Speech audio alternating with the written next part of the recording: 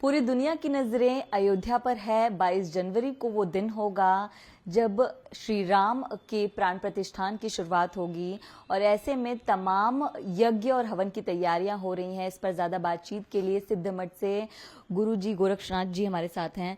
बहुत स्वागत है आपका इंडिया टीवी पर। धन्यवाद। जय श्री राम। गुरु जी क्या कुछ कहेंगे? निमंत्रण आपको भी मिला है, खास तौर पर तमाम तरह से यज्ञ हवन किए जाने वाले हैं। 151 पंडितों की जो पूरी एक लिस्ट है वो बनाई गई है, उसके बारे में थोड़ा सा विस्तार में बताएं कि क्यों आपको भी उसमें चुना गया है और किस तरह के यज्ञ हवन अनुष्ठान आप करवाएंगे। अयोध्या में जो राम मंदिर हो रहा है वो केवल अयोध्या का राम मंदिर नहीं है। 150 करोड़ जनता का, पूरे भारत का, सनातन संस्कृति का वो प्रतीक बनने जा रहा है। तो अलग अलग राज्यों से ब्राह्मणों को वहाँ पे एकत्रित किया जा रहा है और अलग अलग राज्यों से सभी ब्राह्मण आके अलग अलग प्रकार के अनुष्ठान वहाँ पे शुरू करेंगे। इसलिए वहाँ पे हम भी जा रहे हैं। जी, मैंने देखा आपको भी न्योता आया है बकायदा। आप सिद्ध मठ से आते हैं, उसके संस्थापक हैं, तो आपने कहा कि अलग अलग ब्राह्मणों को बुलाया गया है। तो आप में क्या जो खासियत है, क्या वो खास अनुष्ठान आप वहाँ पर जाकर करेंगे? वहाँ पे यजुर्वेद के अनुष्ठान हम वहाँ जाके करेंगे। आप यजुर्वेद के अनुष्ठान करेंगे। आप अयोध्या जा रहे हैं, उन खुशनसीब व्यक्तियों में से हैं जिनको वहाँ पर जाने का मौका मिल रहा है। कितनी प्रसन्नता है इस चीज को लेकर? वो प्रसन्नता सही में शब्दों में व्यक्त नहीं की जा रही है, ऐसी प्रसन्नता है। अच्छा, मुझे थोड़ा सा विस्तार में अगर आप बताएं कि वहां पर जो अनुष्ठान आप करेंगे उसको कितना वक्त लगेगा, कितने दिन लगेंगे और किस तरह के मंत्रों का उच्चारण किया जाएगा। एक थोड़ा सा अगर माहौल बताएं आप। विशेषता से ये अनुष्ठान जो प्राण प्रतिष्ठा यज्ञ है वो वैयक्तिक स्वरूप में नहीं होगा। ये सामूहिक, यानी सभी पंडित मिलके इसे करने वाले हैं। तो इसमें प्रमुख आचार्य होते हैं। हर चीज में एक व्यवस्था होती है, वैसे इसमें व्यवस्था होती है। तो यहाँ इस प्राण प्रतिष्ठा के प्रधान आचार्य जो है लक्ष्मीकांत दीक्षित गुरु जी है, जो जैसे आपने सुना होगा द्रविड़ गुरु जी ने उसका मुहूर्त निकाल के दिया हुआ है। तो क्रम से ब्रह्मा, गाणपत्य, सादस्य, इस प्रकार से ब्राह्मणों का क्रम बनेगा और इस क्रम के उपरांत वहां पे जैसे मंगल यात्रा करनी है तो जो भगवान का विग्रह बना, यानी मूर्ति बनी हुई है रामलला की, उस मूर्ति को पहले तो आंखों को बंद करके ही लाया जाएगा, या तो चंदन का या रेशम के पट्टी से आंखों को बंद करके रखते हुए ग्राम प्रदक्षिणा भी होगी। स्नपन होगा पहले, स्नपन होने के बाद ग्राम प्रदक्षिणा होगी। स्नपन यानी अभिषेक भगवान का। फिर दूसरे दिन गणपति पूजन होगा, पुण्यावाचन होगा, मातृकाओं का स्थापन होगा, स्थानिक देवताओं का भी वहाँ पे पूजन किया जाएगा, नवग्रहों का भी वहाँ पे पूजन होगा। नवग्रहों के पूजन के पहले अग्नि का स्थापन होगा। अग्नि के साक्ष्य में सभी देवताओं का आगे से स्थापन पूजन होगा। वो अग्नि विशेष रूप से स्थापित किया जाएगा। अच्छा। वो जैसे माचिस से या दिए से जला करके वो अग्नि स्थापन नहीं होगा। विशिष्ट लकड़ियों से, जैसे कि खैर से खैर घर्षण करके, अच्छा, उसे शुद्ध अग्नि बोलते हैं, मंत्राग्नि बोलते हैं। शुद्ध अग्नि, मंत्राग्नि यानी उस समय में सभी प्रकार के वेदों के विशिष्ट मंत्र उच्चारण होते हैं। उस उच्चारण के साथ घर्षण होता है। बहुत बार ऐसा बोला जाता है कि मंत्र से अग्नि, मगर उसमें विज्ञान है। दो लकड़ियां घिसती है तो वो अग्नि निकलता है। उस शुद्ध अग्नि से कुंड प्रज्वलित किया जाएगा और उस अग्नि के साक्षी से सभी देवताओं का स्थापन होगा। मगर आरंभ में नवग्रहों का स्थापन होगा। नवग्रह के बाद अलग अलग देवता, सर्वतोभद्र मंडल हुआ, विष्णु मंडल हुआ, क्षेत्रपाल हुआ, वास्तु के देवताओं का मंडल स्थापन हुआ। फिर जो राम महाराज है, रामलला की जो मूर्ति है, उसके न्यास, जलाधिवास, धान्याधिवास अलग अलग प्रकार से होंगे। विशिष्ट रसों से उन्हें नहलाया जाएगा, पंचामृत से नहलाया जाएगा। विशिष्ट रसों की अगर आप गन्ने के रस से होगा, फलों के रस से होगा, मध से होगा, या अलग अलग प्रकार के जल से भी होगा।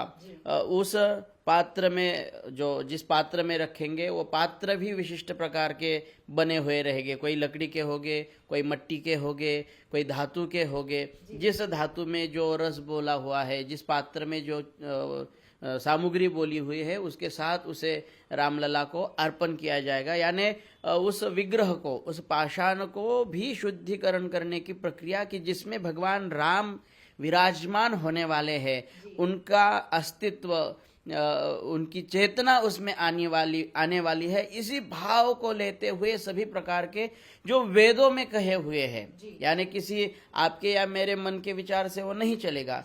वेदों ने जो आज्ञा दी है, जो शास्त्रों में बताया हुआ है, और वही प्रक्रिया वहां पे की जाएगी। और भाव एक ही रहेगा। मंत्र उच्चारण करते समय मंत्रों का अर्थ भी वही रहेगा कि इसमें भगवान राम को विराजमान होना है, और वही भगवान राम हमारे पूरे विश्व को आशीर्वाद देने के लिए शक्ति संपन्न होंगे। इस भाव से लेके हर एक प्रक्रिया उसमें होती रहेगी। फिर भगवान को स्थापन किया जाएगा। फिर से षोडशोपचार पूजन वहां पे होगा। षोडशोपचार पूजा में राजोपचार पूजा भी वहां पे की जा सकती है, क्योंकि भगवान राम जो है, भले आज वो वहां पे रामलला के स्वरूप में विराजमान है, मगर आप सब जानते हैं कि वो हमारे राजा भी है, या भगवान विष्णु का वो अवतार भी है। तो पंचोपचार पूजा, षोडशोपचार पूजा और राजोपचार पूजा क्रम से एक से दूसरा, दूसरे से तीसरा, अधिक क्रम से अच्छे से अच्छा बोला गया हुआ है। तो ये महान अनुष्ठान तो होने वाला है। मेरा एक सवाल है कि आप वहां पर स्वयं उपस्थित होंगे, वो खुशनसीब व्यक्ति हैं। 151 पंडितों की जो है लिस्ट बनाई गई, एक श्रेणी है।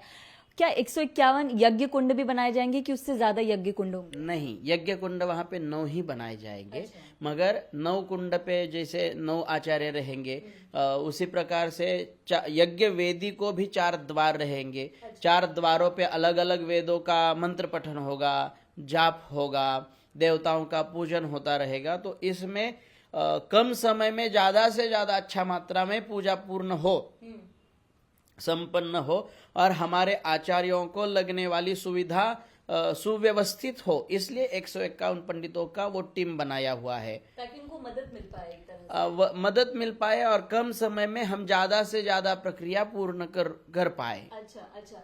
तो ये पूरे अनुष्ठान को होने में कितने दिन का वक्त लगेगा? ये 17 तारीख से आरंभ होगा। अच्छा। 22 तारीख तक होगा। 22 तारीख दोपहर में रामलला का जैसे ही स्थापन होगा, स्थापन के बाद मैंने जैसे पहले बोला कि भगवान की फिर से पूजा होगी, अभिषेक होगा, षोडशोपचार पूजा होगा, भगवान को श्रृंगार होगा। श्रृंगार के बाद 56 भोग लगाए जाएंगे। रामलला जो है, भले वो रामलला है, मगर वो राज परिवार से आते हैं, तो उस प्रकार से उनके भोजन के व्यंजन होंगे। और भोजन के बाद भगवान की मंगल आरती होगी और सभी को फिर प्रसाद दिया जाएगा। क्या कुछ कहेंगे कि प्रसन्नता हो रही है कि राम मंदिर का निर्माण हो रहा है, आप वहां पर उपस्थित होंगे। आप सिद्ध मठ से आते हैं, पहले कभी आप अयोध्या गए हों, और बाबरी के दौरान कभी कोई इंसिडेंट आपने सुना हो या खुद देखा हो? बाबरी के दौरान जब मैं बहुत छोटा था उस समय में, मगर तभी से मैं इन सभी कार्यक्रमों को सुनते आया हूँ। विश्व हिंदू परिषद में मेरा सक्रिय सहभाग रहा हुआ है। जहाँ डिंडोसी जिला मुंबई में जहाँ मैं रहता हूँ, निवास है, वहाँ से मैं धर्माचार्य प्रमुख की जिम्मेदारी से भी कार्य संभाल रहा हूँ। संघ ने भी इसमें बहुत कार्य किया हुआ है, और भारत के सभी राम भक्तों ने, सनातनियों ने इसमें जो संघर्ष किया हुआ है, वो संघर्ष का फल आज अपने आंखों से देखने के लिए जब मिलता है, तो वो बहुत ही बड़ा आनंददायी क्षण हम सब के लिए है। बड़े उत्साह के साथ आनंद स्फूर्ति उसमें आ रही है। जी। शायद ही कोई व्यक्ति होगा जो अयोध्या 22 जनवरी को ना जाना चाहे, जिनको निमंत्रण मिला है।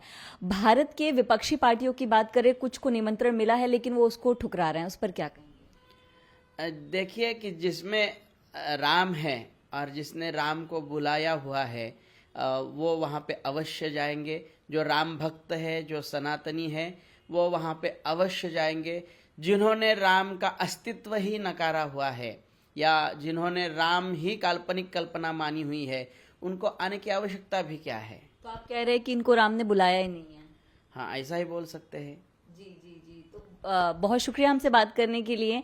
आप वहां पर पहुंचे और अनुष्ठान की शुरुआत करें, क्योंकि पूरी दुनिया की नजरें उस पर होंगी, क्योंकि प्रभु श्री राम की प्राण प्रतिष्ठा की जाएगी। तो ऐसे में गुरु जी की बात को आप सुन रहे थे, विस्तार से उन्होंने बताया कि कितनी खूबसूरत वहां पर तस्वीर होगी जब 17 तारीख से अनुष्ठान की शुरुआत होगी।